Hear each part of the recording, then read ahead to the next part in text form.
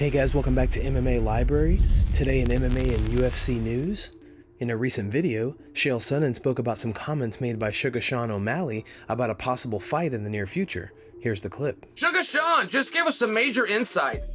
The insight is this: he is not told that he's in a #1 contenders fight. That's the insight. I thought that he was, based on nothing. I just looked at the landscape, looked at the fight, I go, okay, whoever wins here is going to be the #1 contender, particularly if it's Sean. Sean wins, I'm very confident he goes and fights for a championship. If Jan wins, but Aljo wins, it's not going to, it's the Colby Covington situation all over again.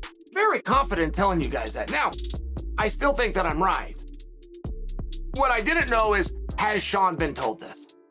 Is this what these guys were told? The announcement hasn't come. We haven't heard it yet. There's other 35-pound bouts. We're not going to put that out till later. Very common within our industry. But I now know that no, he was not told that. And here's why I know. Sean was interviewing with Michael Bisping.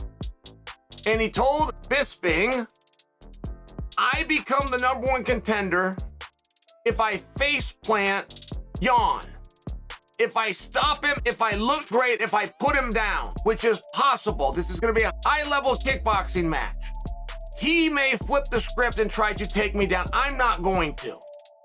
I will grapple if he, otherwise, we're just going to kickbox and I'm better. And I'm going to face plant him, and when I do that, I will go for the title. Now, why that tells me that? Because I don't agree with him. I do not think he has to do any of those things.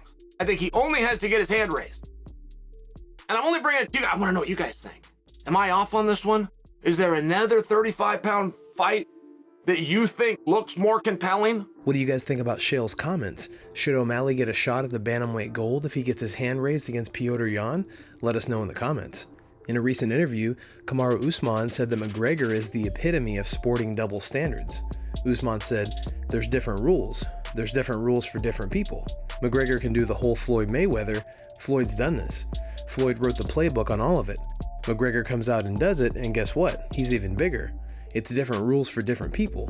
Of course, color plays a role in it. You're treated differently in different places, and that's okay. I understand it. This is just the era, and this is the time I'm living in. I'm not going to cry over spilled milk. I'm going to make the best out of it. But I understand that, yeah, there's certain things you can and can't do.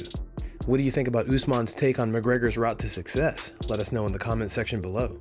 In a recent interview with Ariel Helwani, Kayla Harrison had this to say about a possible fight with Cris Cyborg. She doesn't seem that interested. In fighting me? Yeah, or going to PFL. Yeah, I mean, I wouldn't be interested, I'd be running too. Wow, there she is, killer. Now, she said that her deal is up with Bellator, but she would like to do a co-promotion. And I said, well, if your deal is up, why don't you just go to PFL and make the deal there? She says she likes... She's the Grand Slam champ. This is another... She could be like Thanos and have all the jewels. That's what she wants, right? That's a legacy that can't be tainted. I'm giving her the opportunity. Well, so she also said no one has reached out to her. But when I spoke to Peter Murray last week, he said that there have been talks of they've reached out, this and that. So I'm not sure what to believe at this point. What do you know? I mean, I have heard from the PFL side that both John and Pete have reached out. So. Okay. And have they had any talks, any luck? The last I talked to them, Cyborg was a free agent. They were basically like, name your price. Luke Rockhold recently let it be known that he's not a fan of the UFC's $50,000 bonus checks. He says that while the UFC's value over the last 10 years has reached the billions, the fighters' bonus checks remain the same. In a recent interview, Rockhold said, $50,000 bonus is going on for 2 decades. Like what? The valuation of the company is going up billions of dollars, and we're still stuck on the $50,000 bonus checks. What is this? People need to wake up. Remember when they were doing $100,000 bonus checks when Jake Shields fought George St. Pierre? Now we're still stuck on $50,000 bonuses. I mean, how many billions have we gone up in valuation since that fight?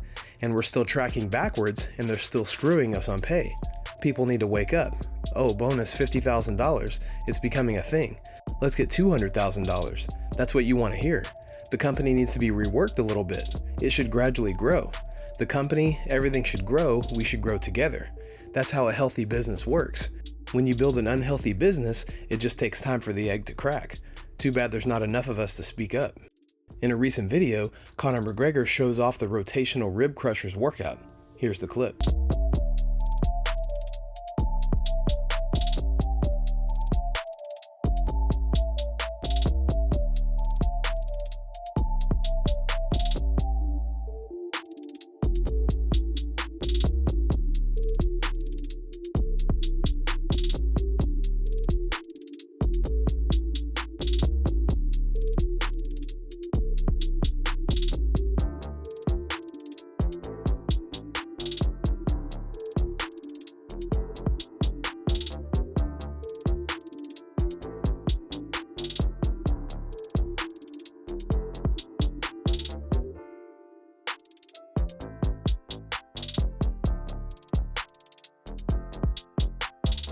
Another week has come to an end, and that means one thing.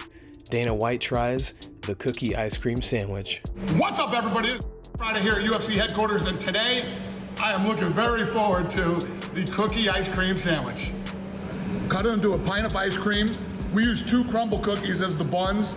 Dip it in chocolate fudge. I mean, is this even necessary?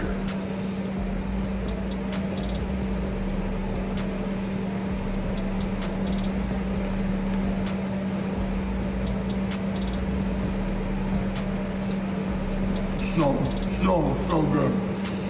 So good. You knew it was gonna be a winner with the winner. Cookie ice cream sandwich. Do it.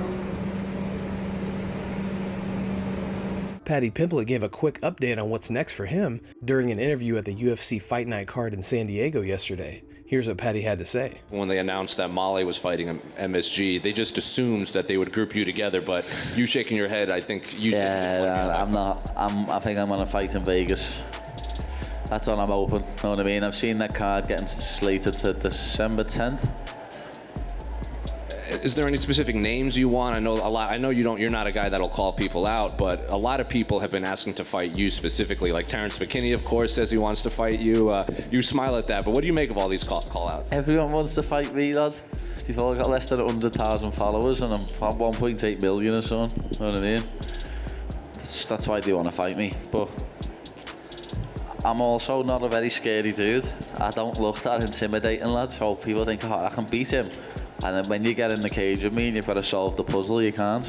So when you hear a guy like Terrence, who is also very active on social media too, with a bright future, is that a name that when you hear it, that fight would actually interest you down the line when both of your names are bigger and you can make money, or do you want to make that fight now? Yeah, me and Terrence have actually spoke in the past. We've spoke on Twitter, you know what I mean? And we actually said that we probably will fight in a few years down the line when it's a main event on a proper big card. In last night's UFC Fight Night card, UFC bantamweight fighters Marlon Vera and Dominic Cruz squared off in what was supposed to be a 5-round war.